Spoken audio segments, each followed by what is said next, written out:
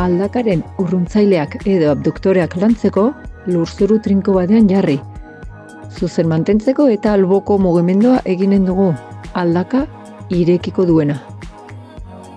Oreka hobe mantentze eta hobe biltzen lagunduko digu.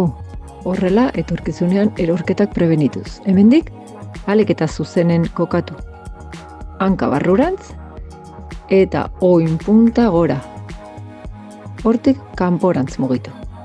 Ostikada azkarra eman eta poliki bueltatu.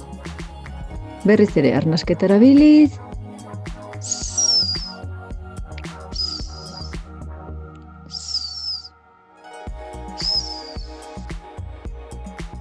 Hau gutxi bada, jarri goma bat erresistentzia gehiago jartzeko. Lotu orkatien altueran